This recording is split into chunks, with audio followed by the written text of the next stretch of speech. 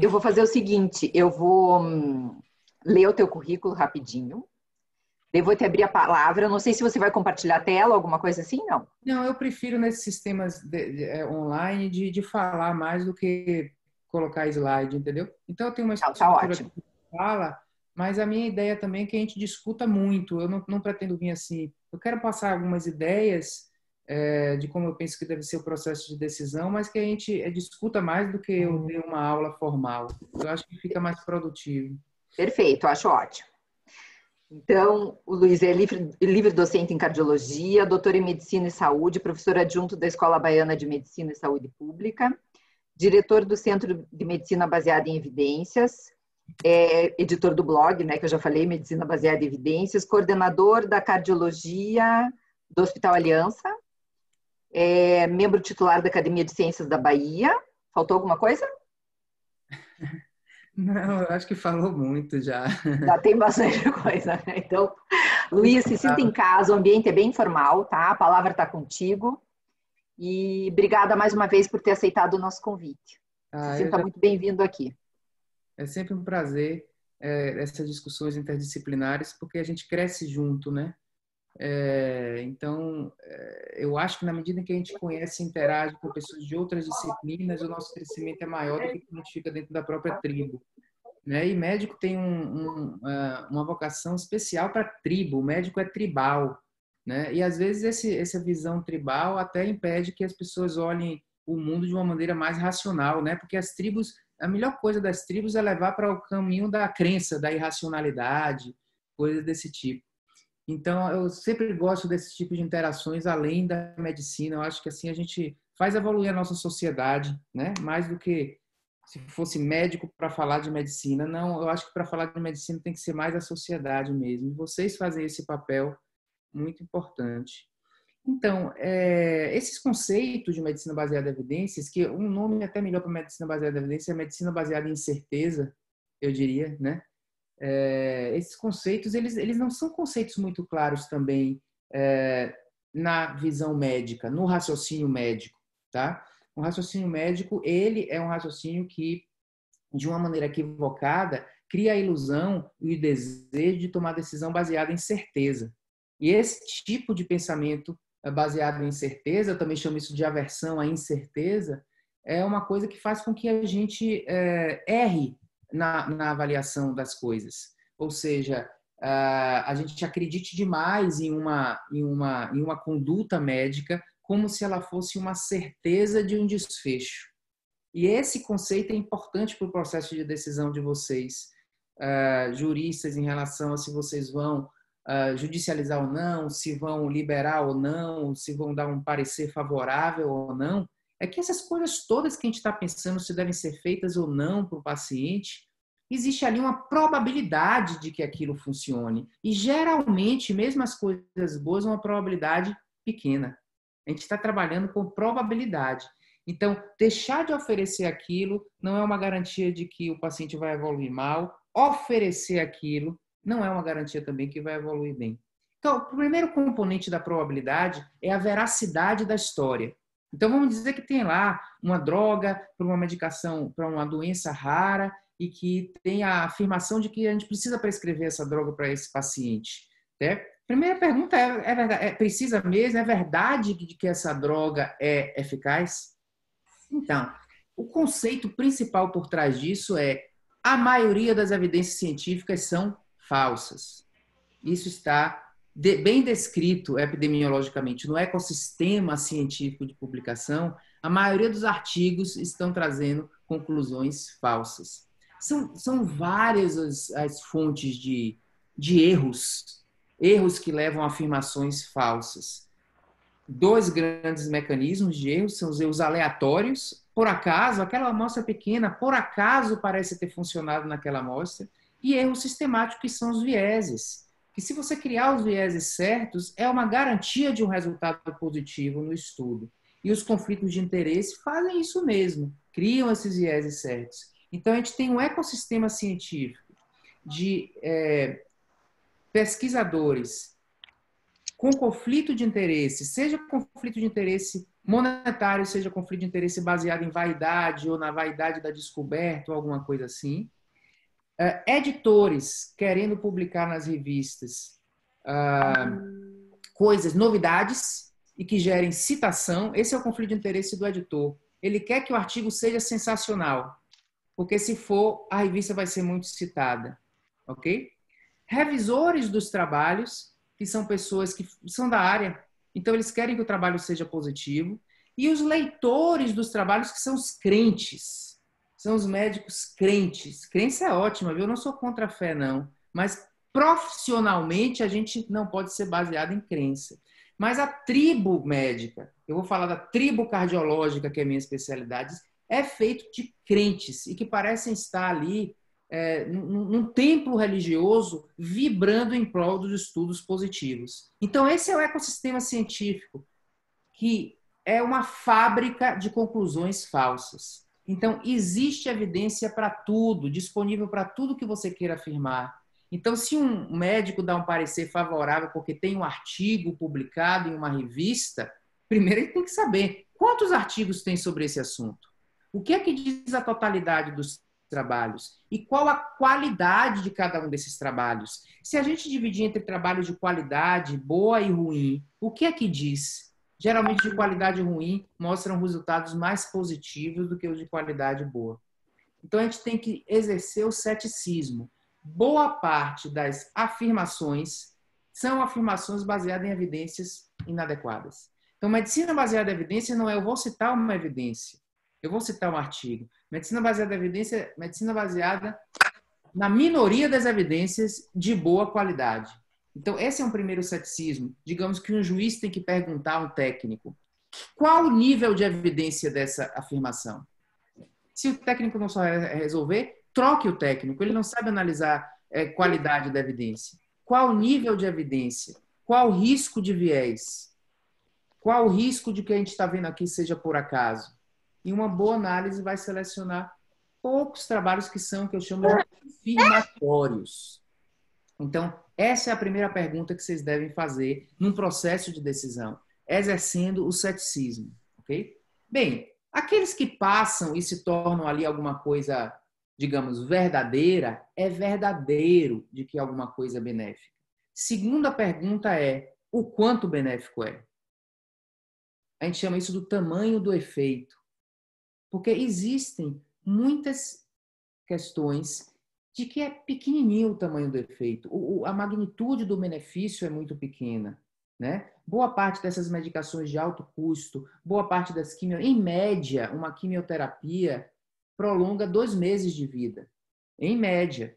Então, veja que para chegar a essa média de 2 meses, você tem quimioterapias de alto custo que dão 2 dias de vida em média. Tá? Algo cujo custo é alto não só para o sistema, como para o paciente que é submetido àqueles efeitos colaterais. Tá? Então, a segunda pergunta é qual é a magnitude desse efeito? Qual é o grau de benefício? E a maioria das coisas em medicina tem grau moderado, modesto de benefício. Tá? Então, às vezes, a gente vê assim, poxa, uma droga de alto custo para hipertensão pulmonar, né? Hipertensão pulmonar primária, que o SUS paga essas drogas aí de alto custo. Quando você vai ver, aquilo não reduz mortalidade, não é essa a magnitude do benefício, salvou vidas. Aquilo ali não cura, não desaparece os sintomas. Aquilo ali faz o seguinte nos estudos, faz com que uma pessoa que antes era capaz de caminhar 300 metros num teste de 6 minutos, 300 metros em 6 minutos, agora passe a caminhar 330 metros em 6 minutos. Esse 30 metros é altamente significativo do ponto de vista estatístico, mas clinicamente pouco significativo. Então, depois da veracidade, a gente tem que perguntar qual é o tamanho do efeito, qual é a magnitude do benefício, qual é a relevância desse tratamento. Né? É redução de mortalidade ou é uma melhora de um sintoma quantificado numericamente dessa forma? Não estou dizendo que não é para fazer, não, mas essa pergunta tem que ser feita. Isso aí porque é uma análise econômica, o que é que eu estou pagando e o que é que eu estou recebendo em troca. Né? E mesmo os tratamentos que previnem desfechos, eu vou prevenir um desfecho. Isso é assim, não é uma questão numérica, mas eu vou evitar que uma pessoa tenha um infarto, digamos assim. Evitar que uma pessoa tenha um infarto. Isso aí é uma probabilidade. Vamos dizer que eu vou dar uma estatina para um paciente para reduzir o colesterol e prevenir um infarto, certo? É uma coisa importante, né? É relevante prevenir um infarto. Mas quando você vai ver numericamente, eu tenho que tratar com estatina 50 pessoas para prevenir um infarto. Então veja que o benefício é probabilístico. 49 das 50 não vão se beneficiar, apenas uma. Essa é a magnitude do efeito de um tratamento que eu prescrevo, que eu acho que é benéfico, que é uma magnitude considerada razoável em medicina. Mas é assim, quando você diz que alguma coisa reduz mortalidade, os excelentes tratamentos que reduzem mortalidade, é uma probabilidade que aquilo vai reduzir a mortalidade. Tá? Dá até para explicar, esse é o paradigma do NNT, né? Eu dou lá um trombolítico para tratar, interromper o infarto agudo do miocárdio. O NNT é 20. Eu vou tratar 20 pacientes para salvar uma vida. A maioria não ia morrer, então eu estou tratando para salvar uma vida que não ia ser perdida. Esse é o primeiro componente do NNT. O segundo é, quem vai morrer eu só consigo prevenir, reduzir uns 30% do risco de morte. Porque é assim, medicina é assim, nós não somos deuses. Então isso aí tem que ser quantificado, é probabilidade. Só que quando a gente prescreve uma medicação, a gente não está pensando probabilisticamente. A gente não está sentindo probabilisticamente. A gente não sente a probabilidade. O que a gente sente é, a minha prescrição está salvando a vida do paciente. E se eu não prescrevesse, ele ia morrer. Né? Probabilidade não é igual à temperatura que a gente sente na pele. É um número também, probabilidade. Mas a gente não evoluiu enquanto espécie para sentir na pele probabilidade. Então, é probabilístico, mas eu não sinto como probabilístico. Portanto, a gente superestima o tamanho do efeito da maioria das coisas e perde a nossa capacidade de análise econômica das coisas. Econômica é o quê? Essa é a magnitude do benefício e esse é meu investimento. Investimento que, mesmo se fosse de graça financeiramente, o paciente estava sendo submetido a uma coisa e precisaria valer a pena para ele ser submetido àquilo. Então, existe uma carência muito grande de pensamento econômico em medicina, na mente do médico. Coisas como rastreamento de câncer de próstata, por exemplo, é um dos atos mais antieconômicos em medicina e muito tradicional. Tem campanhas de Novembro Azul.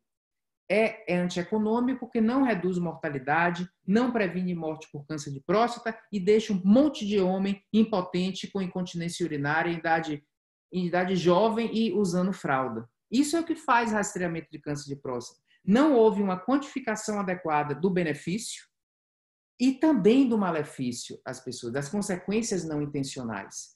Então, ok, primeira questão é, qual é a veracidade dessa afirmação? Tem um relatório aqui dizendo que isso é benéfico. Qual é a veracidade? Segundo, o quanto benéfico é? Terceiro, compensa? Essa magnitude do benefício compensa as consequências não intencionais do meu ato? Esse pensamento econômico tem que estar presente também. Se a gente fizer isso, olha, não estou falando nem de compensação monetária, não. Se a gente pensar só no paciente, na magnitude e no benefício do paciente, tantos gastos vão ser eliminados. Então, eu acho que a questão de preocupação com impacto orçamentário, essa coisa, tem tanta coisa que não é benéfica, que pode ser eliminada, que a gente não precisa chegar no ponto de discutir a eliminação das coisas benéficas por causa de uma questão de custo-efetividade. Né? Eu costumo dizer que o problema de custo-efetividade geralmente não é o custo, é a não efetividade. Coisas não custo-efetivas é porque o denominador, a efetividade é muito modesta. Então, você não está deixando de dar algo que seria uma salvação. Essa é a questão. E muitos não têm benefício nenhum. Então, se a gente fizer esse raciocínio em prol do paciente, não precisa ser, puxa, esse paciente ia se beneficiar, mas eu não posso dar a ele. Isso vão ser exceções. A maioria das situações ele não ia se beneficiar tanto. Ele poderia ter consequências não intencionais. Então, se a gente fizer um bom raciocínio clínico, a gente consegue promover uma racionalização do sistema de saúde. Então, essas são minhas provocações. Isso é verdadeiro? O quanto é benéfico? E, em segundo lugar, tentar trazer esse raciocínio do benefício versus consequências não intencionais. Aí fica fácil a decisão. Vocês não vão se sentir negando algo muito importante. O que for muito importante pode liberar. Vocês não vão se sentir privando o paciente, às vezes, de algumas questões. Então, essa é a minha provocação inicial para a gente começar, talvez, uma discussão. Perfeito, Luiz. Eu queria abrir, então, para quem quer. Doutor Sobani, a senhora? Vai lá, doutor Sobani. Quem for falando, por favor, se apresente, porque o Luiz não os conhece. Luiz Carlos Sobani, médico, ortopedista e traumatologista, mais especialista em cirurgia da mão, e represento aqui também o Conselho Regional. A conversa foi muito boa, eu acho que foi perfeita, né? A discussão da probabilidade, né? O médico tem frente a ele um paciente, né? Ele não tem uma estatística, um monte de pacientes. Agora mesmo acabei de sair de uma reunião clínica do meu hospital em que se discutia o atendimento de uma fratura de uma senhora de 84 anos, né? Mas em casa estão se quebrando muito mais do que se quebravam, né? Aumentou a estatística de fratura do colo do fêmur em idosos, né? E se discutia que tinha um hospital que acima dos 80 anos estavam fazendo no quadril uma prótese parcial, substituindo só um lado porque o outro lado estava inteiro. E a discussão foi por que não total, né? É mais de 80. Vai morrer quando, né? Então, eu estava incluído na estatística. Eu digo, essa prótese, eu, Sobani, paciente, não quero. Eu quero a total, porque eu estou andando bem, estou fazendo ginástica, estou fazendo isso.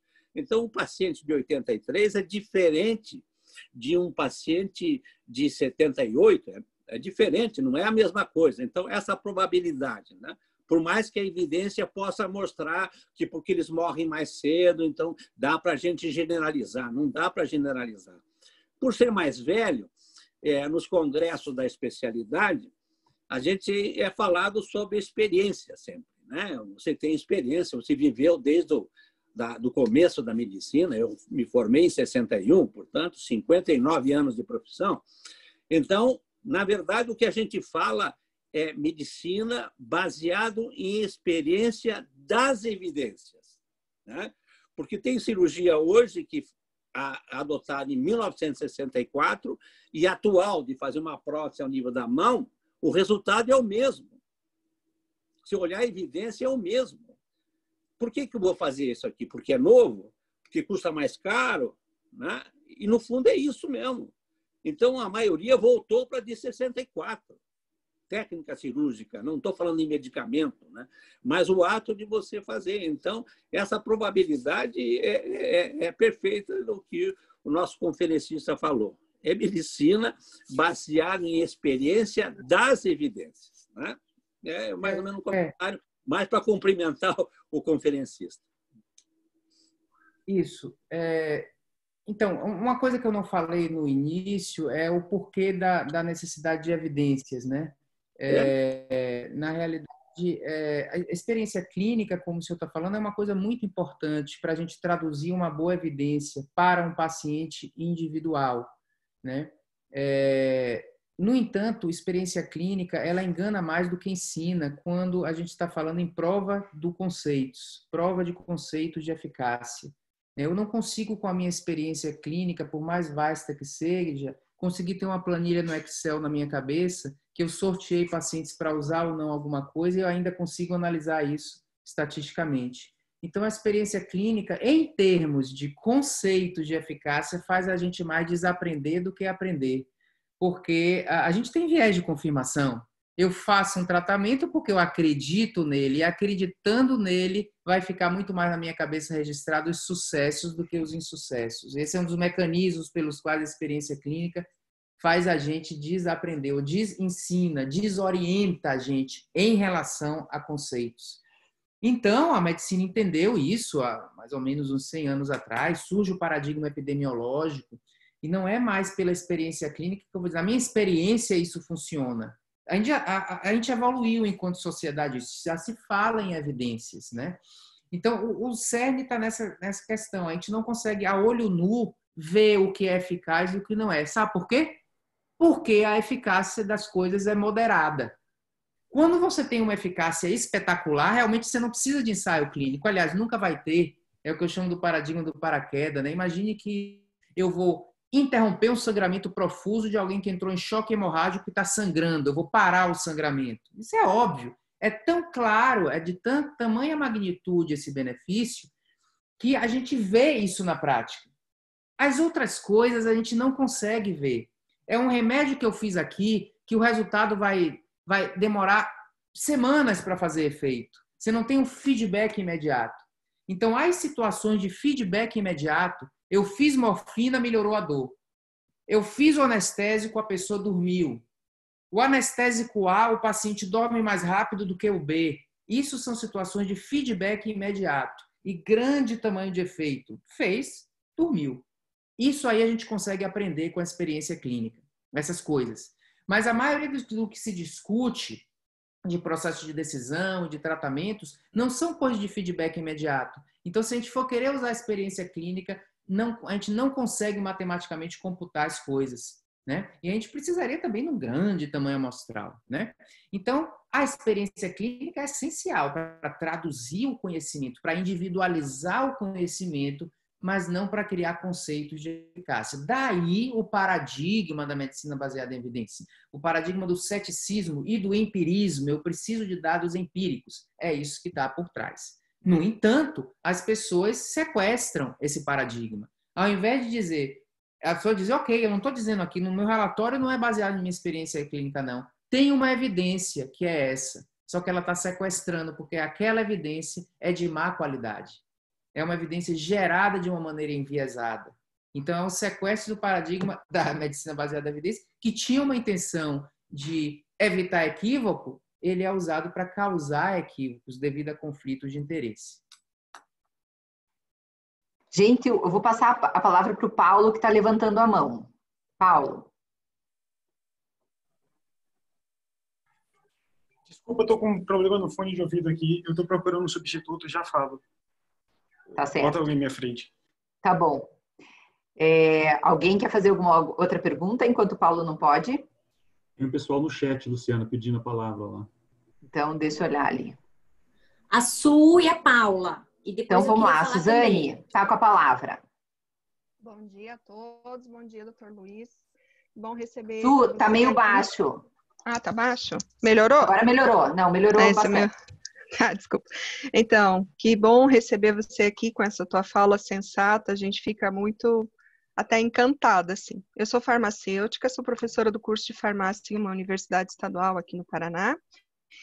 Trabalho tentando traduzir a evidência científica em notas técnicas, assessorando a Procuradoria-Geral do Estado. O que eu queria perguntar, uma questão que vem assombrando até, é a questão do Zolgensma, né? Agora, que a gente tem aí a questão da reversão do inexorável. Essas terapias gênicas, ela vem para quebrar paradigmas, e a gente não vai discutir mais evidência, penso eu, nesses casos, né? É um caso desse exemplo que você acabou de citar, você não tem o que discutir, aparentemente. Mas o custo é insustentável. Como fazer nesses casos? Como tentar decidir alguma coisa frente a isso, considerando que a gente não tem recurso para bancar tudo isso, né? Aí entra... Esse caso é um caso bem interessante, eu até... a gente escrevi junto com Carol e outros dois colegas o Daniel, esse trabalho que a gente publicou, porque ali o que me chamou a atenção é que esse caso ele foge da minha primeira fala aqui, porque a minha primeira fala é a maioria dessas coisas são pequeno tamanho de efeito, e no caso dessa droga é um grande tamanho de efeito, né? Aquilo ali me parece um NNT de 1. Toda criança que toma se beneficia, né? Tanto que eu argumentei no meu texto também do blog que não precisava realmente ensaio clínico randomizado para aquilo. Você reverte o inexorável, né? Se 15 pessoas que iam morrer não morreram e melhoraram todas em termos da questão motora, é um daqueles exemplos de que são tão claros que eu não preciso de um ensaio clínico, né? Então, a gente essa discussão não entra naquela coisa de que o tamanho do efeito é pequeno, não é tamanha a omissão. É realmente, do ponto de vista individual, individualmente, uma omissão não fazer aquilo ali. Mas o caminho está pensar, eu acho que o caminho aí é um pensamento mais utilitarista, né? De que o utilitarismo ele é meio cruel do ponto de vista individual, né? Mas você vai pagar com algumas mortes um benefício muito maior que uma população inteira vai ter. É como se você sacrificasse aqui algumas crianças, vamos falar bem assim dramaticamente, eu vou sacrificar algumas crianças para salvar uma vida de uma população inteira de outras coisas, de outras doenças. Se o dinheiro fosse bem empregado, né? Ainda tem essa questão, né? Se o dinheiro fosse bem empregado. Então, do ponto de vista de impacto orçamentário, etc., isso tem que ser analisado. Mas eu vejo como um dilema, eu não tenho uma situação, uma solução para isso, não. Eu acho que a gente precisa discutir, reconhecer que isso é um dilema, em primeiro lugar, porque é uma questão de grande benefício, do ponto de vista de uma família, é uma questão muito dramática, né? Versus uma questão social, né? Quando a gente parte assim para o social, para o mais geral, a vítima não fica identificável. Essa é a grande questão, né? Quando você está falando de um paciente, é uma vítima identificável. Isso é muito mais forte para a gente do que alguém da população que, por acaso, vai se beneficiar se tiver uma doença, mesmo que esse alguém seja um número muito maior. Então, você tem a vítima identificável versus a vítima não identificável. Mas eu não estou dizendo que... É uma realidade a questão da vítima identificável. É uma realidade sentimental, a gente não pode desconsiderar isso também. Então, eu acho que, enquanto sociedade, a gente tem que discutir esse dilema. Eu vejo como um dilema essa questão de drogas como essa. Poderia, de repente, estimular a deixar de pagar um monte de coisa que paga aí que não tem valor. Eu acho que antes de falar para não pagar essa, tem um arsenal de quimioterapias, de drogas de doenças raras, de coisa que deveria economizar primeiro até naquela do que nessa. Segundo lugar, discutir por que essa droga é tão cara assim também. Não acho que o preço de droga não é só desenvolvimento da tecnologia, não. Varia. Se a doença é rara, eles cobram mais, porque vai vender menos, né? Se é a magnitude do benefício. Então, tem aquela coisa também. E depois a gente decidir, enquanto sociedade, se vale a pena pagar para isso ou não. Mas tem que considerar, eu digo assim, uma coisa é a gente discutindo saúde pública, na outra ponta tem um médico discutindo com um paciente em particular um tratamento de grande magnitude de efeito.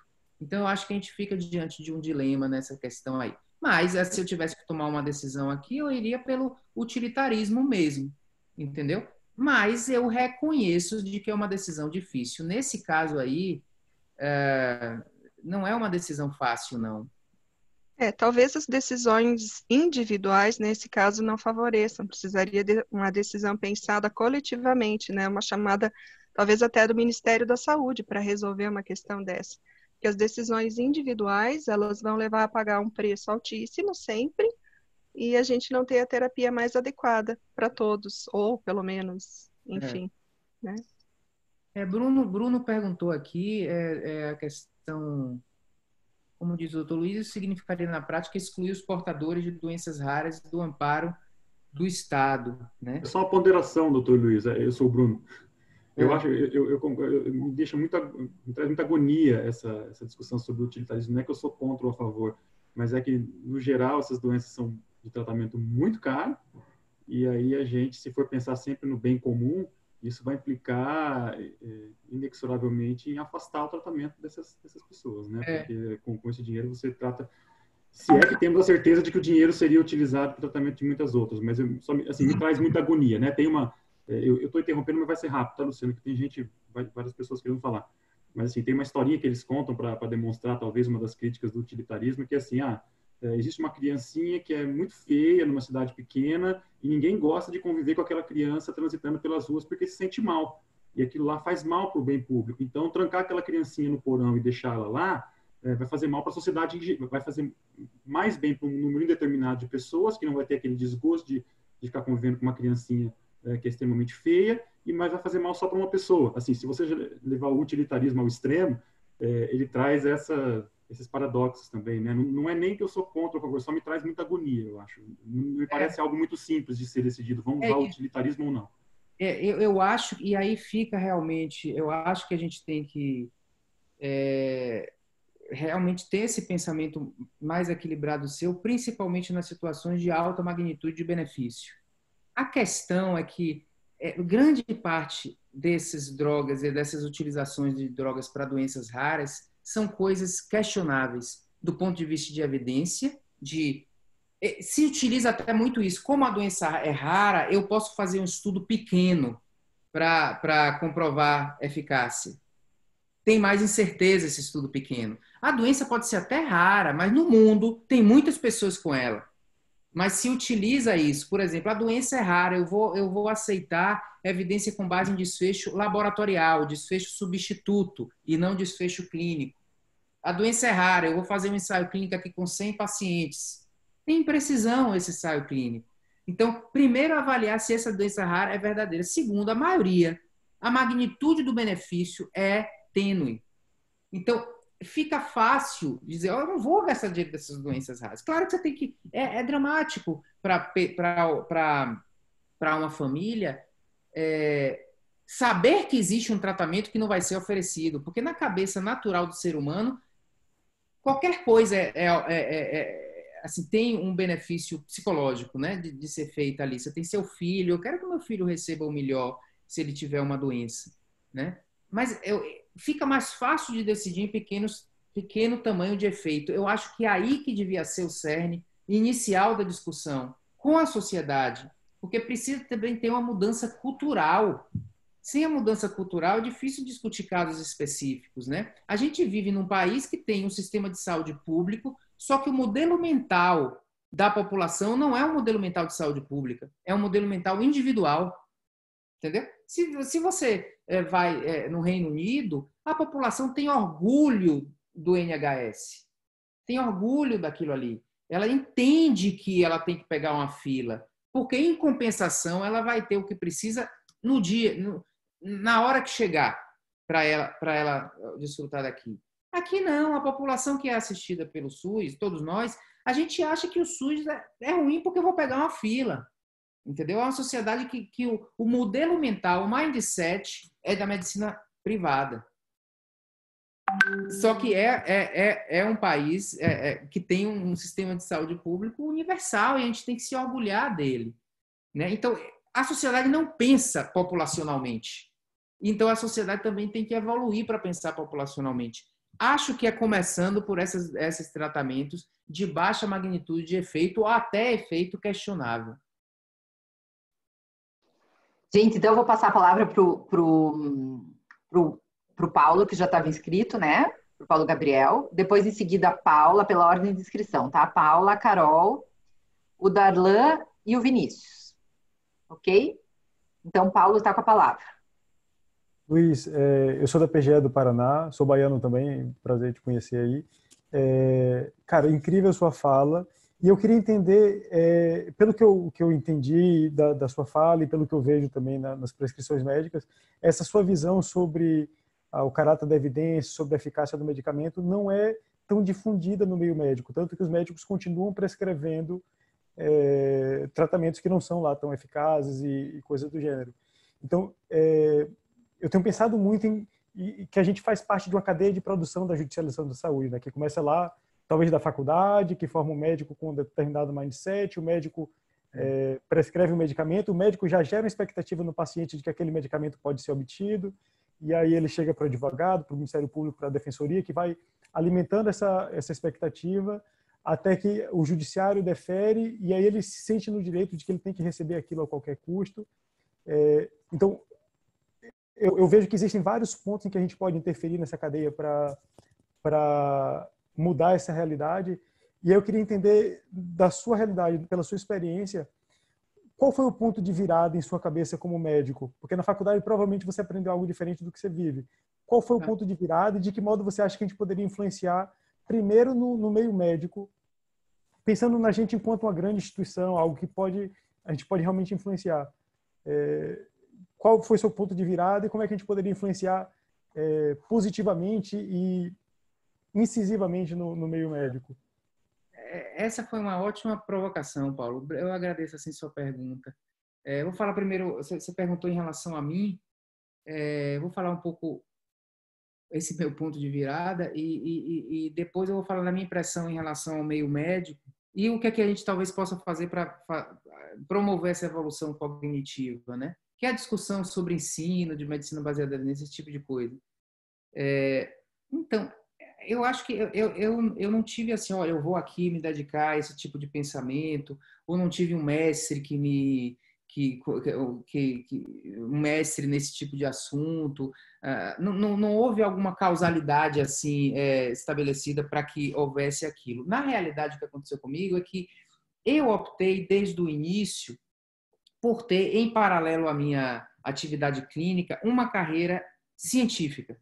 Eu digo até que a científica veio antes da acadêmica, certo? Ou seja, uma carreira de pesquisa, né? Porque logo depois da minha residência, eu tinha 3 anos de formado, eu fiz um fellow de pesquisa nos Estados Unidos e quando eu voltei eu disse, eu vou ter meu tempo dedicado em pesquisa e sempre fiz pesquisa. Então eu desenvolvi minha mente científica. Com o tempo eu senti uma necessidade de criar uma forma de eu pensar cientificamente nas minhas decisões clínicas. Então, quando eu falo nos princípios da medicina baseada em evidência, que eu escrevo sobre isso assim de uma maneira original, porque eu criei para mim mesmo. Como é que eu vou aproximar meu mindset científico do mindset clínico? Que são coisas diferentes, mas eles devem se entrelaçar, as duas coisas. Eles devem se colaborar, o pensamento clínico com o pensamento científico, em prol de uma única racionalidade. Então, eu me desenvolvi enquanto clínico, desenvolvi essa racionalidade científica, eu acho que é porque eu tinha o perfil de um cientista que queria ser médico também. Tá? Muitas vezes, quem vai para a ciência fica só na ciência, quem vai para a prática clínica fica só na prática clínica, e eu tentei aproximar esses paradigmas. Daí eu ter entrado nessa vertente de medicina baseada em evidências e ser uma vertente, inclusive, um tanto quanto original. E eu tenho uma visão crítica em relação à medicina baseada em evidências tradicional, que chega de uma maneira dogmática, às vezes. Que chega como se fosse a dona da verdade, assim, e até distancia o médico disso aí. Então, no meu caso, veio de eu ser um pesquisador. Mas eu não acho que essa deva ser a abordagem para que o médico tenha racionalidade científica. Porque o médico não precisa ser pesquisador, né? Medicina baseada em evidências é alguma coisa que deve ser um treinamento para o consumidor de ciência e não produtor de ciência. Então, eu digo muito isso aos alunos. Todo médico tem que ter esse racional, tem que ter uma racionalidade, esse tipo de racional no processo de decisão. Não só quem fez mestrado, não só quem fez doutorado, não só quem é professor, é quem está na ponta mesmo, consumindo o conhecimento. E para consumir o conhecimento, a gente tem que ver se ele é de boa qualidade, se vale a pena consumir, ou se tem custo-benefício, né? De eu pagar, fazer esse investimento, o que é que eu vou ter em troca? Então, é um pensamento que deve ser como parte do treinamento clínico.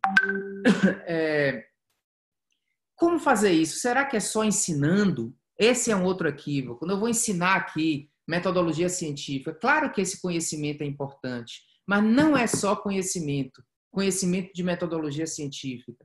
Porque isso aí é até o mais fácil. É habilidade de raciocínio, treinamento do pensamento, entender os nossos vieses cognitivos próprios, inerentes, né? E como a gente pode moldar a nossa mente para que ela tenha um pensamento mais probabilístico. E o terceiro ponto disso, além da habilidade, é atitude. A gente mudar a atitude das pessoas. Então, não é só conhecimento, é atitude. A gente tem que fazer com que um médico jovem, por exemplo, ele queira ser racional. Ele tem orgulho da racionalidade dele, né? E, às vezes, não é ensinando e dizendo você tem que saber esse valor de peso, você tem que saber estatística, você tem que saber disso. A gente tem que democratizar esse conhecimento e tem que passar a ser elegante, ser racional. E tem que passar a ser deselegante, como o médico pensa hoje. Na hora que ficar deselegante, ninguém vai querer continuar do jeito que está.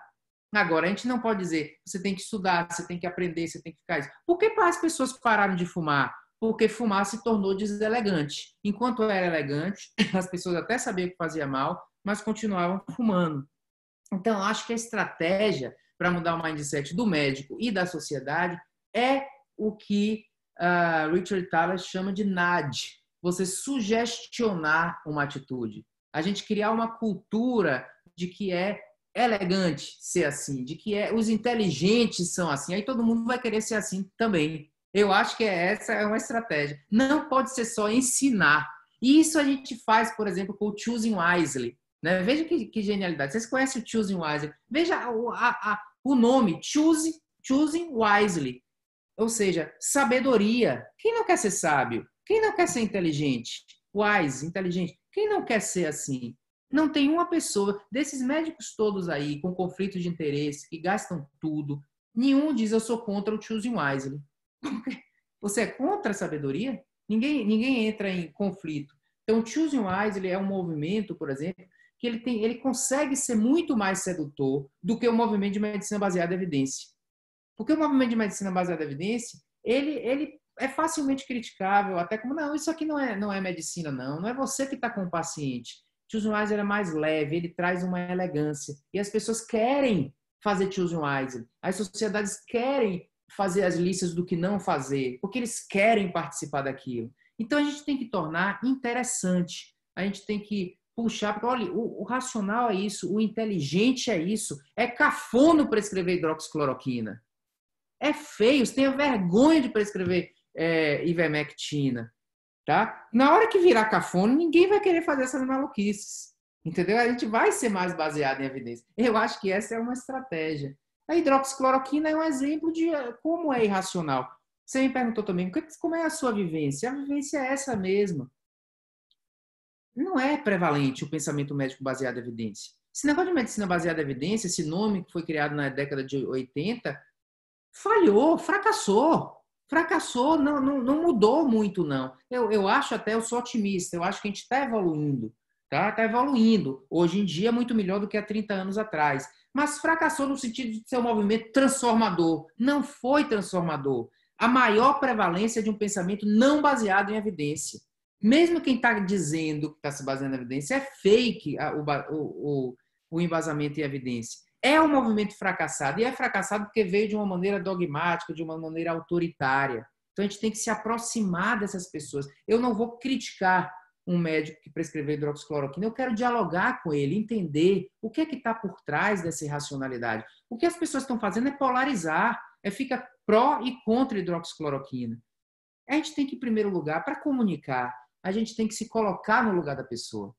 A maioria desses médicos tem uns que querem virar famosos com esses kits. Mas tirando esses, ficam aí nas televisões, nos webinars, etc., a maioria está com boa intenção. É uma falha da racionalidade. Então, a gente tem que se aproximar dessas pessoas, começar a dialogar. Hidroxicloroquina é apenas uma demonstração dessa irracionalidade. É uma fragilidade, na verdade. Então, a gente tem que se aproximar, dialogar em prol da racionalidade e não trazer essa polarização. Então, você perguntou como é também uma estratégia. Eu falei do sugestionar, o que é elegante. Outra é não polarizar. Não ficar, eu sou baseado em evidência, eu sou científico, você é anticientífico. Defesa da ciência como se a ciência estivesse em guerra. Isso não é uma guerra. Todos estão com o mesmo objetivo. É contra o vírus. Só que vamos tentar racionalizar um pouquinho aqui. Então, hidroxicloroquina é uma coisa que é uma caricatura da medicina baseada em fantasia, certo? Só que, por outro lado, é o menor dos problemas de hidroxicloroquina. Esses tratamentos de alto custo aí para doenças raras são coisas muito mais graves. Essas quimioterapias que andam fazendo nos pacientes aí é coisa muito mais grave. Os stents desnecessários nos pacientes assintomáticos coronários é muito mais grave do que hidroxicloroquina. Hidroxicloroquina não tem efeito colateral, não. Isso é balela, é raro o efeito colateral de hidroxicloroquina. Ela é só um símbolo da medicina baseada em fantasia. Então, não precisa polarizar como se fosse o bom e o mal. Eu acho que é uma coisa mais de diálogo, né? Muito bom, Luiz. Vou passar a palavra para a Paula. Paula tá aí, tá, né? Estão me ouvindo? Sim. Então, bom dia, meu nome é Paula Rossignoli, sou farmacêutica aqui da Secretaria de Estado da Saúde do Paraná. É um prazer poder ouvir você, Luiz. Já sou sua seguidora há bastante tempo, do seu blog, das suas redes sociais. E eu queria te fazer uma pergunta, foi algo que me chamou bastante atenção quando ocorreu, e você foi bastante crítico da incorporação do sacubitril e valsartana, né, no âmbito do SUS.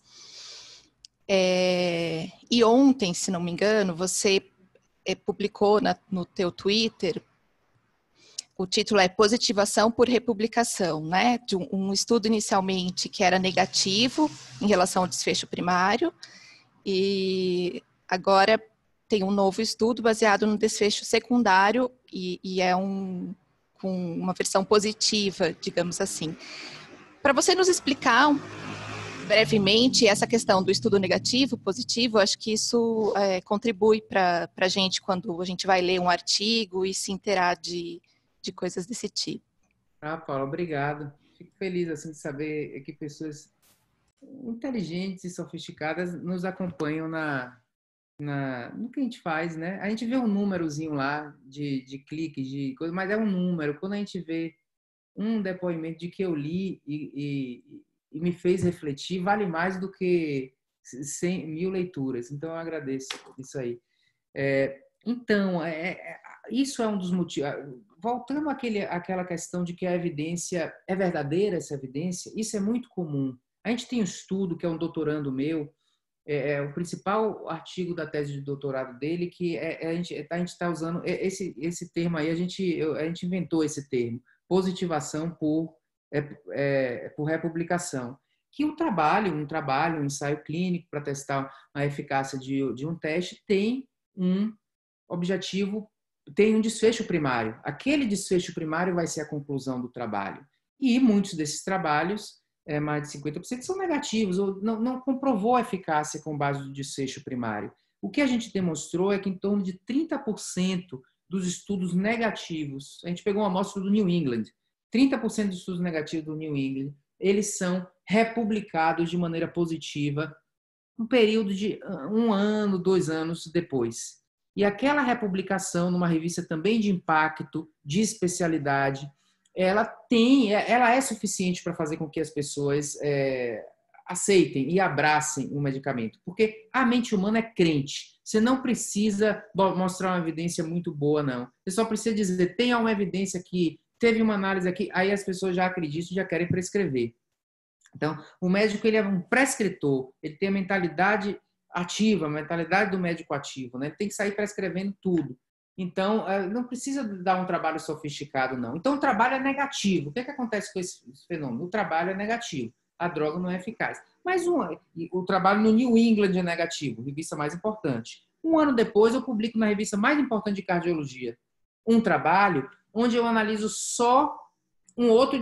analiso um outro desfecho. Esse estudo desse sacubitril para pacientes com insuficiência cardíaca com fração de ejeção preservada foi negativo o estudo. Desculpe, estudo negativo. E aí ele publica 1 ano depois no Circulation, estudo negativo em relação a eventos da insuficiência cardíaca, morte ou internamento por insuficiência cardíaca. 1 ano depois ele publica aquele estudo positivo em relação ao desfecho de insuficiência renal, que não era o desfecho primário, mas é como se essa droga preservasse mais o rim. Um dado, inclusive, laboratorial, nem clínico é o cálculo do clínice de creatinina, uma diferença de 0,5 no clínice de creatinina entre os 2 grupos. Então, é um estudo ruim que ele serve para ter uma conclusão positiva em relação a esse estudo Paragon. Então, ele consegue, 1 ano depois, publicar numa revista boa uma conclusão positiva. Então, é isso que a gente chama de positivação por republicação, que a gente estimou em torno de 30% dos estudos negativos acabam sendo positivados depois.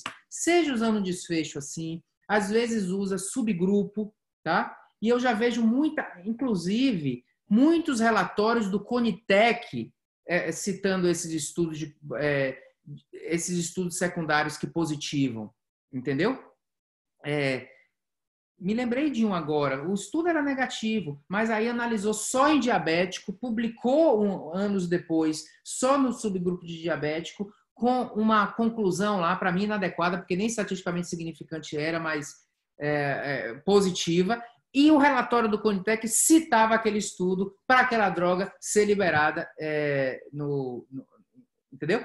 Em diabéticos. Então, a evidência negativa os caras fazem, é tudo arquitetado, a indústria vai publicar aqui. Não é nem a indústria, é o autor que tem, eu declarei aqui conflito de interesse, mas está financiado pela indústria. E aí, a própria indústria vai pegar aquilo para fazer um relatório inicial e mesmo o grupo lá do Ministério da Saúde que vai fazer aquele relatório final, ele já é influenciado por aquilo.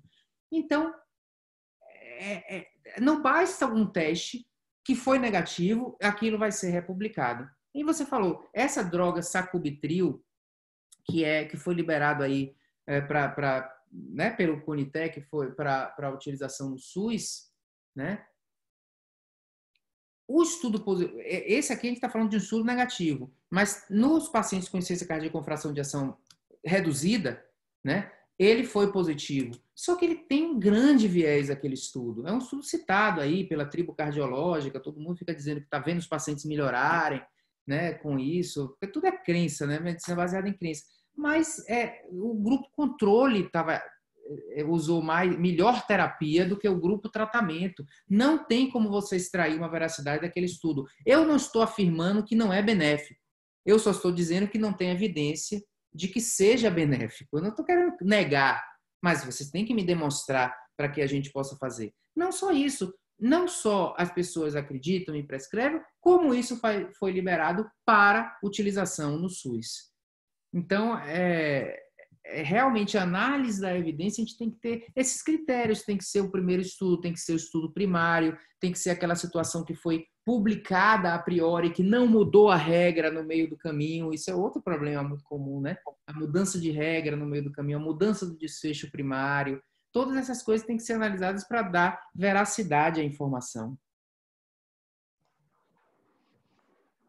Quem tem? Carol, acho que você é a próxima, né? Sou eu. Bom, já falei bom dia para todo mundo, né? Doutor Luiz, eu lembro que numa das nossas conversas, né, o senhor perguntou assim, o que o STF tinha decidido, né, em relação àqueles temas que os juízes de primeiro grau teriam que replicar. E eu falei, olha, só vai poder dar uma droga, um medicamento, se tiver medicina baseada em evidência, né, recomendando. E aí o senhor falou assim, mas tudo tem evidência para tudo, né? Então, daí eu falei assim, não, mas a gente entende, né, aqui entre nós, aqui, que tem que ter pelo menos uma revisão sistemática. Então, eu queria saber do senhor qual seria essa evidência que poderia justificar uma concessão do medicamento judicialmente. E a segunda pergunta então o senhor falou que também o SUS já incorporou muito medicamento que não tem evidência, então, de qualidade, certo? O senhor vê isso também no NICE, no Canadá, na Austrália? Eu vejo também, talvez o NICE especificamente seja melhor a qualidade, mas existe também. Eu não vejo também boas decisões, não. E você tocou num ponto importante, que é o ponto da revisão sistemática das meta-análises. Eu gosto, às vezes, de chamar meta-análise de meta-ilusão. Meta-ilusão. Porque se uma coisa não está aprovada sem a meta-análise, a gente não deve aceitar a meta-análise como prova, entendeu? A média de estudos ruins não transforma aquilo num estudo bom, certo? E, às vezes, a existência de uma meta-análise, uma revisão sistemática, que a conclusão é isso aqui é eficaz, remete à verdade, porque foi uma meta-análise, né? E aí eu sou muito resistente a dizer assim, eu não sei, não foi demonstrado, mas a meta-análise demonstrou. O que a revisão sistemática tem que dizer é que já está demonstrado. Ela faz uma revisão da literatura e diz que já estava demonstrado, mas não é ela que tem que tirar um coelho na cartola e dizer, descobri alguma coisa aqui. Porque essas descobertas são feitas pelo compilamento de estudos não confirmatórios. E você, não é compilar estudo não confirmatório que você vai gerar um estudo confirmatório. Então, esse é um cuidado grande em relação à meta-análise. Eu vejo isso também nos pareceres do CONITEC, uma supervalorização de revisão sistemática. E aí fala meta-análise em rede, que é uma das coisas mais... Ok, a técnica da meta-análise em rede é muito sofisticada matematicamente, tem que ser, né? Porque é tão difícil você fazer aquela análise e extrair alguma informação que você tem que usar uma técnica sofisticada. Não confie em técnicas sofisticadas. Se o método científico for bom, você não precisa tanta sofisticação assim. Mas a sofisticação, às vezes, remete à verdade, que não é. Né? Meta-análise em rede é a coisa mais grosseira que pode existir, e é muito citado nos relatórios do CONITEC. Que eu estou comparando a droga A com a droga B, vocês sabem, de estudos diferentes. Né? Eu estou dizendo que a droga C é melhor que a A, porque a C foi melhor que a B. Foi a superioridade da C em relação a B foi maior do que a superioridade da A em relação a B. Eu nem consegui explicar aqui, mas é tão indireto o mecanismo que não dá para você tirar uma conclusão de nível de evidência bom, mas isso é citado, né? Então, é uma coisa que tem que ter muito cuidado em relação a essa coisa das revisões sistemáticas. A boa revisão sistemática, ela apenas reforça o que a gente já sabe. Eu já sei que aquilo ali não tem evidência não é de boa qualidade, ou eu sei que já estava confirmado, e a gente reforça aquilo ali. E quando a gente faz uma meta-análise, quando a coisa já é consistente, de muitos estudos homogêneos e mostrando benefício, ao fazer uma meta-análise, o que você faz é aumentar a precisão do tamanho do efeito, você encurta o intervalo de confiança, tá? Então, esse é um benefício, mas não que eu não sabia e agora eu sei que é eficaz. Então, é um cuidado que a gente tem que ter. Então, mas então, a pirâmide, o senhor acredita naquela pirâmide? Não acredita. A revisão sistemática não tem que estar naquela pirâmide. Entendi, não tem que estar. Não é evidência. Tá. Aquela pirâmide é totalmente equivocada. A revisão sistemática... Olha aí, ó, gente. Ela está dizendo... A revisão sistemática, ela está dizendo sobre as evidências. E as evidências que tem que estar na pirâmide, você está entendendo?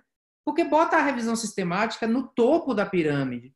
Mas pode ser uma péssima revisão sistemática. Pode ser uma revisão sistemática que está dizendo que as evidências são péssimas. E uma boa conclusão de uma revisão sistemática pode ser, não sei, não tem evidência suficiente.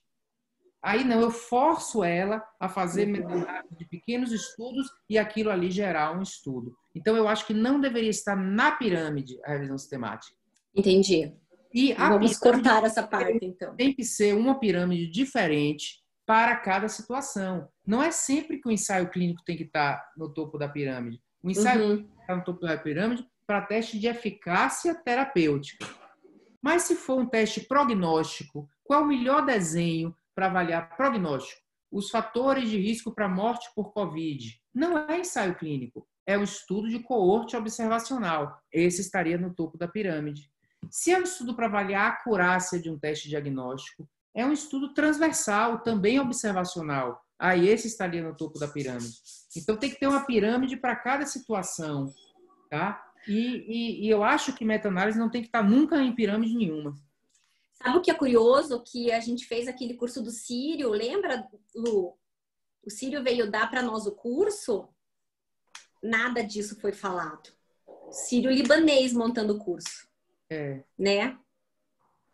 Porque essa coisa eu acho que muitas vezes medicina baseada em evidências é ensinada de uma maneira muito burocrática, né? E aí, como se fosse alguma coisa muito técnica. Por isso que eu gosto de brincar assim, que é a arte de ler um artigo científico, né? A gente tem que botar um pouquinho de poesia nessa leitura do artigo científico. A gente tem que se preparar espiritualmente quase para ler um artigo científico.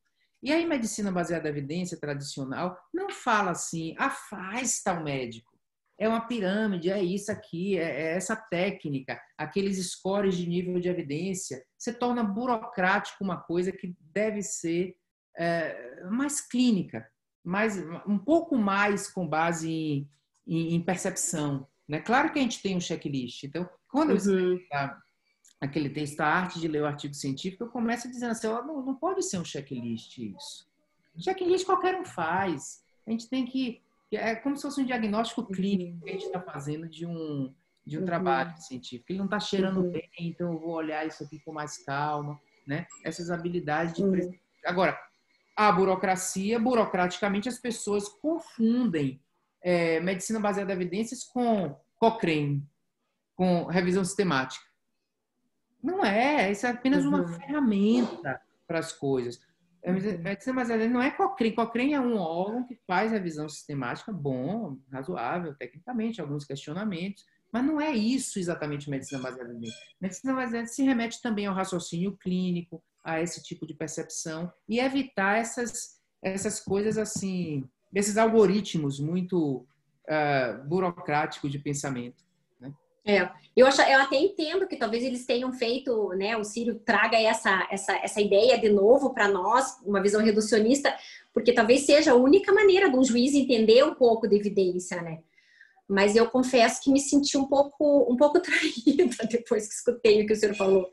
Eu não acho que é a maneira... Decepcionada, porque... de conversar com o juiz seja dessa maneira burocrática. O médico não consegue ser mobilizado por essa forma, porque um juiz vai ser. Não é mais um entendimento da questão.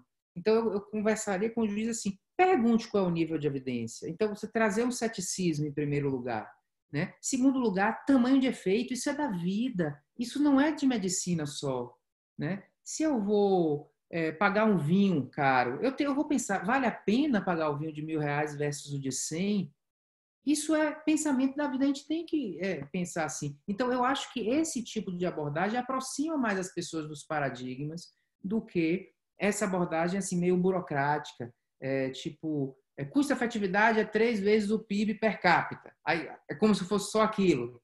Não é, isso é uma definição arbitrária de custo-efetividade. É só um guia disso aí. Né? É mais você sentir, você saber realmente qual é Essa é uma outra crítica que eu tenho. É uma coisa assim exacerbada, como se as análises de custo-efetividade fosse a voz da verdade. Às vezes uma coisa é custo-efetiva, mas o impacto orçamentário é impossível. Às vezes uma coisa ela não às vezes uma coisa é muito cara, mas ela é custo-efetiva, porque é muito benéfica. Às vezes uma coisa muito barata não é custo-efetiva, porque a magnitude do benefício é pequeno, né? Então a gente tem que pensar um pouco além, eu acho, assim, e evitar. Eu acho que a gente tem que traduzir para o juiz, traduzir também para o médico, que ainda não aprendeu isso, uma maneira mais natural de pensar do que uma forma burocrática. Se aproximar isso das coisas mais da vida, eu acho. Perfeito, de novo. Acho que cada vez fica mais claro que isso... Eu combinei com Carol de não me chamar de doutor, nem de senhor. A gente tem quase a mesma idade. Desculpe. Acho que fica cada vez mais claro que isso não tinha que estar na mão dos juízes, né? Isso deveria ser uma decisão técnica, envolve, enfim, tantas apreciações e um conhecimento tão pontual que, enfim, a gente tem que tentar achar uma forma de traduzir isso da melhor forma para os juízes que, enfim, vão ter que enfrentar esses julgamentos. Eu concordo de que as coisas não deveriam ser judicializadas, ou seja, a decisão não deveria ser com base em judicialização. Mas eu acho que vocês, né, juízes e juristas, vocês têm um modelo de pensamento que se adequa muito a essas decisões. Entendeu? Se tivesse um comitê lá para decidir, eu acho que devia ter juízes. Porque esse processo de decisão baseada em dúvidas, vocês são treinados, eu acho que treinados até mais do que médicos. Eu não estou dizendo que tem que ter judicialização, mas a mente do juiz, se um pouquinho treinada, eu acho que vai funcionar. E talvez melhor do que a mente dos médicos. Entendeu? Porque vocês são acostumados com esse processo de pró e contra, etc. Né? Então, eu acho que deve estar na mão do juiz, mas não na mão da judicialização. Né? Eu acho que o juiz... Agora, ele precisa fazer as perguntas certas. O juiz treinamento. A gente treina aqui o juiz em 1 hora. As perguntas certas. Qual é o nível de evidência? Aí entra o técnico para dizer o nível de evidência. Qual é o NNT? Qual é o tamanho do efeito? O técnico vai dizer. Um técnico confiável.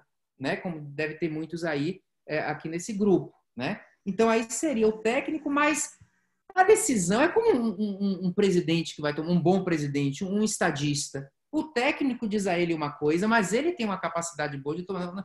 Hoje em dia é difícil arranjar um exemplo, né? de estadista assim, mas não é Churchill, alguém do passado remoto aí, um estadista, alguma coisa. Ele não é o técnico, mas alguém dá informação técnica, ele sabe tomar a decisão melhor do que o técnico. Então, eu acho que o juiz poderia estar nessa função da tomada de decisão, né? E o técnico estaria passando as evidências, etc. Para isso os juízes têm que buscar essa informação, né, Luiz? Tem que A saber. gente ainda tem muitas decisões que são dadas sem esse amparo técnico, né? Então, nesse evento que teve lá no meu hospital, no Aliança com o Grupo da Bahia, que foi judicialização também, vocês falavam isso lá, assim, aquela falta de amparo, e acabava que a maioria dos pareceres eram positivos, porque o juiz não ia querer dormir sabendo que negou alguma coisa, né? Botar a cabeça no travesseiro sabendo que negou alguma coisa. Então, a gente tem que amparar essas pessoas ao apresentar o pensamento probabilístico. É probabilístico, medicina não é determinístico. É essa a mensagem, né? Não é assim, fez, beneficiou. É uma probabilidade, geralmente até pequena, de benefício. Então, a gente pode questionar. A gente pode questionar. A gente tem o dever de questionar veracidade e tamanho de efeito. Gente, eu vou passar para o próximo. Quem era? Darlan, né? Acho que é você. E depois Vinícius, é isso? Darlan, tá com a palavra.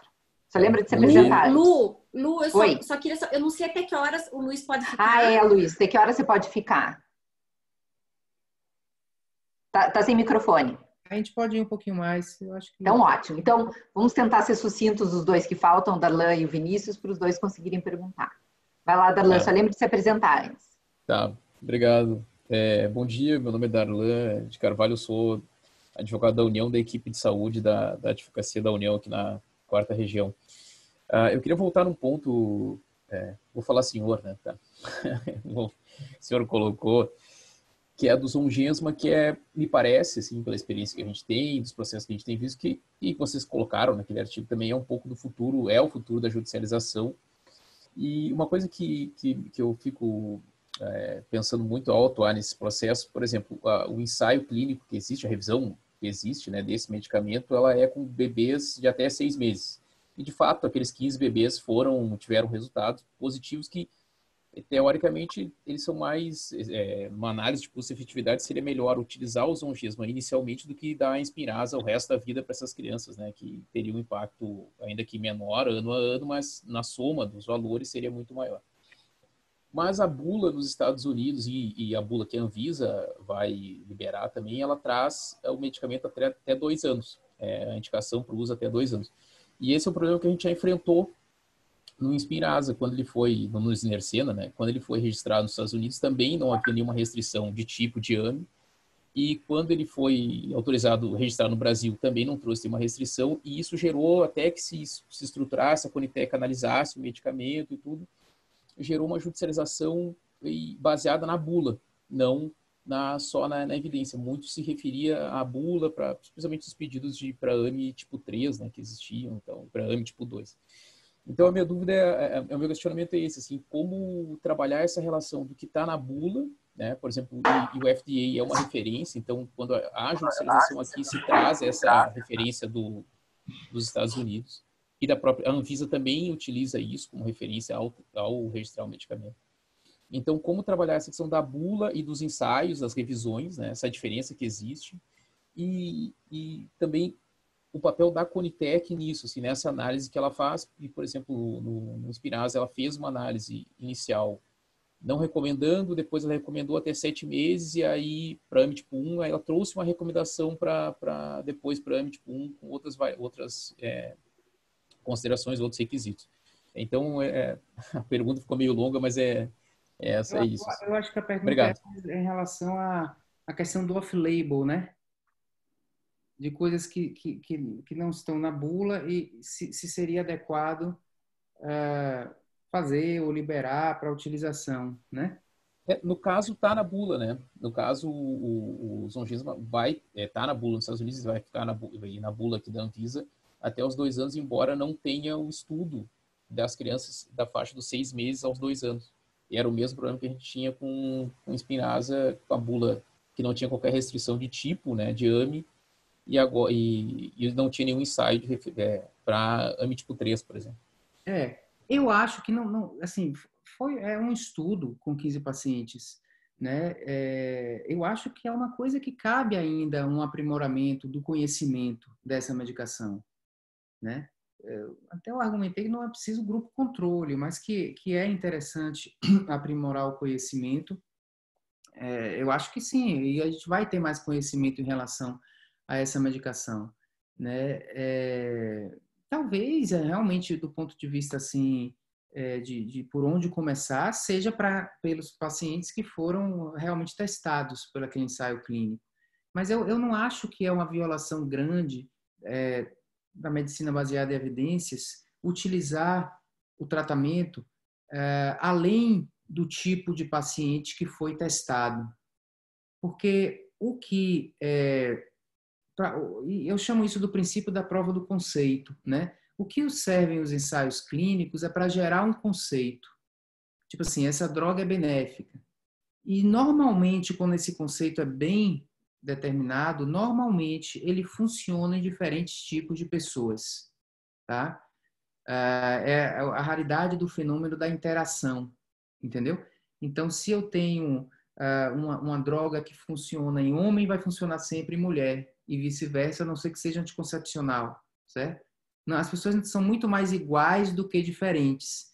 Então, quando você comprova um conceito, mesmo numa amostra que selecionada de um ensaio clínico, e na verdade toda amostra de um ensaio clínico é super selecionada, esse conceito ele tende a se reproduzir em outros tipos de populações.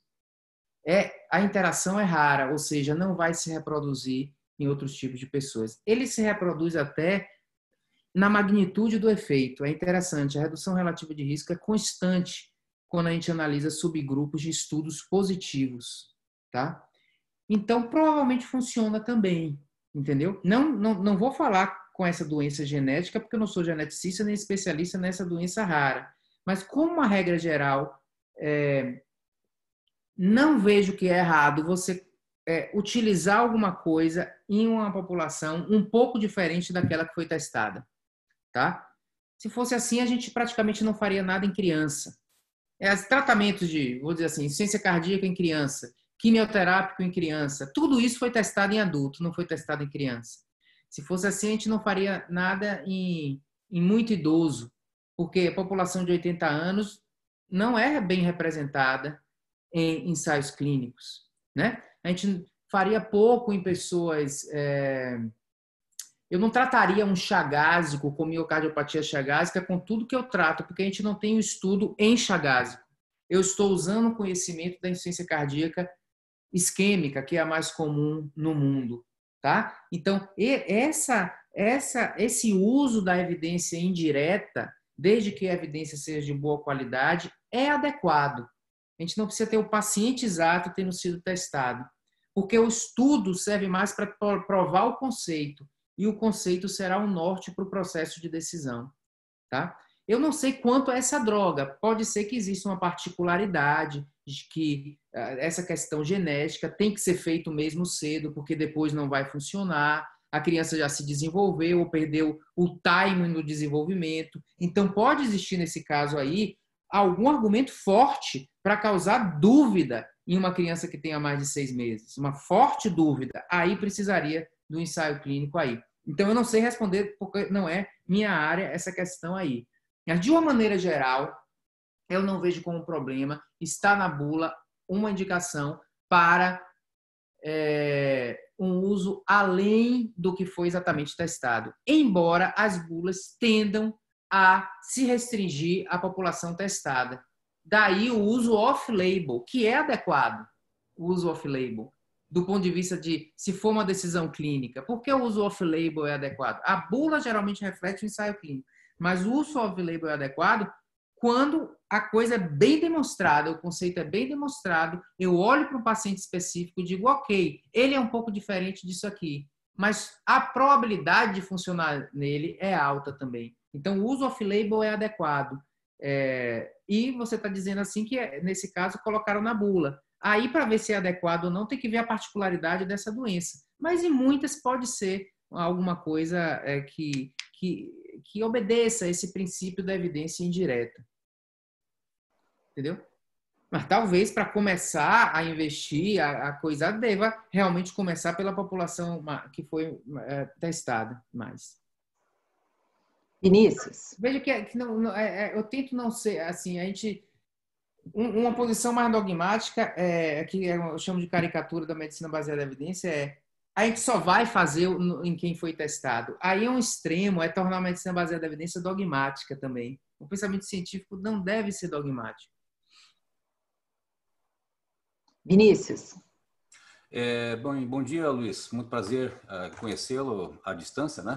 Mas é a moda moderna hoje em dia, né? Conhecer as pessoas por vídeo também faz parte. Eu agradeço muito as tuas contribuições, assim, muito claras e, evidentemente, contribuindo muito com esse fórum aqui. Eu sou médico, sou colega, eu tenho formado em 84, então já tenho no século passado na minha formação, e durante muito tempo eu procurei seguir um tanto de carreira científica, mas abandonei porque não tive capacidade de desenvolver essa expertise necessária para absorver todos os conhecimentos. E acabei vinculando a minha atividade profissional à área de assistência direta. Fui emergencista e já há alguns anos eu optei por opção pessoal mesmo, trabalhar na gestão em saúde. E que existem muito poucos médicos que se arvoram, são audaciosos a ponto de serem gestores. Porque fazer gestão é uma coisa muito complicada e quem nunca fez, é muito fácil falar que é ruim, que a gestão é mal feita. Existem, claro, situações em que a gente erra, todo mundo erra o tempo todo, mas eu queria contribuir um pouquinho, não é uma pergunta para você, né, mas assim, eu queria contribuir para uma discussão que a gente pode até levar isso mais para frente, do ponto de vista conceitual, e eu já abordei esse tema, a Luciana até me puxou a orelha um tempo atrás quando eu abordei esse tema, mas eu gostaria de retomar. Assim, quando a gente fala em ciência, ela é feita para não ter limites. A ciência não é feita para ficar restrita a uma redoma. Ela é feita para ousar. Ela é feita para questionar tudo e todos. E, portanto, não há nunca uma certeza absoluta de nada. Nem que a droga funciona 100%, nem que a droga funciona 0%. Então, há um mix de toda a decisão que a gente toma. Eu posso falar como médico e como gestor, mas juízes, enfim, todo mundo na sua atividade profissional toma suas decisões um tanto baseado no seu conhecimento científico, um tanto na observação, um tanto no empirismo. E nenhuma decisão é 100% errada, como nenhuma decisão é 100% certa. E como você começou muito bem a tua fala, a medicina é a escolha do melhor caminho possível neste momento. Isso é a essência do pensamento ético, né? E eu preciso contribuir para a gente levar isso para frente, para todo mundo pensar, de que a ideia do utilitarismo não pode ser totalmente errada também. Se a ciência é feita para não ter limites, o orçamento público é. A responsabilidade técnica é feita para beneficiar aquele paciente individualmente naquele momento em que você, como médico, está atendendo. E você tem que tomar a melhor decisão possível. Mas quando você toma uma decisão que pode influenciar 10 pacientes, muda o patamar. E quando você pode mudar para 20 ou 50 ou 1000 pacientes, é muito pior. E eu escolhi, por opção própria mesmo minha, abandonar a medicina individual que eu fazia como emergencista, e tive até uma carreira razoavelmente boa, mas optei por que o meu trabalho, eu reconheço que eu posso contribuir, e tenho tentado contribuir muito, para que muitas pessoas tenham o maior benefício possível, que é uma opção ética que eu fiz para a minha carreira. E, portanto, eu preciso dividir com você algumas angústias, né? Que não espero que você me responda, mas, assim, você mesmo citou, uma droga que custa milhões de reais para um paciente versus drogas que custam milhares de reais para vários pacientes, as duas foram baseadas em estudos científicos que, em algum momento, se achou que devia ser feito. E que, portanto, a gente deveria primeiro, talvez, né, como você sugeriu, talvez rever a quimioterapia inútil que a gente faz, mas um dia alguém provou aquela quimioterapia e ela foi aceita e, portanto, ela continua sendo utilizada. E o médico que não adota aquela quimioterapia, ele pode estar fora da moda ou ele pode estar premido por algum outro tipo de decisão ou de pressão, né? Então, é muito complicado você adotar uma postura de que tudo deve ser financiado para todos, porque não há recurso no mundo real, não há recurso para tudo. E nós temos limites. E se a gente puder, por exemplo, cortar 50.000 quimioterapias inúteis que prolongarão uma semana a vida de um paciente, para tratar um paciente com uma lesão medular gravíssima e que pode ter uma chance, aonde está a decisão correta? Eu tenho pena nesse momento dos juízes, porque se eles vão ter que tomar essa decisão é intomável. Ninguém fica tranquilo com uma decisão como essa, porque se eu tomo a decisão de colocar o restante do orçamento público numa droga só para um paciente, eu sei que estou privando milhares de outras coisas que a gente também se coloca como claramente dizendo assim, porque a gestão tem que ser bem feita, porque a gente precisa organizar a atenção primária, porque isso aqui está muito ruim, porque não tem vaga para todo mundo. Bom, tudo na vida custa um tanto de dinheiro. Aonde que é o erro menor? Né? Então, talvez a gente tenha que pensar no erro menor, porque erro a gente vai ter sempre. Né? Então, nesse patamar entre a ciência e a execução prática, a gente tem que achar o caminho do meio. Né? A decisão, eu já fiz uma provocação filosófica aqui há um tempo atrás. Eu sempre trabalhei com emergência e na área da minha gestão aqui eu faço a gestão da regulação do Estado, central de vagas, enfim, você sabe muito bem que para começo de conversa isso é dificílimo e não há vaga para todo mundo. Mas então, e se a gente tem uma vaga só e você tem 2 pacientes para escolher? Qual é o que você vai escolher naquele momento? Um deles é um atropelador que estava alcoolizado e dirigiu seu carro com uma arma, colidiu contra um carro, tem um trauma craniano severo, eventualmente tratável. E outro é um paciente idoso, 95 anos, que tem uma pneumonia, que está em insuficiência respiratória. Qual dos dois vai ganhar o sorteio da vaga naquele momento? Essa decisão é intomável. A gente não pode adotar, e daí por isso eu queria extrapolar essa abordagem para os magistrados, assim, em algum momento alguém tomará uma decisão e ela tem que ser baseada um tanto na ciência, um tanto na observação, um tanto no empirismo. E essa decisão tem que ser tomada.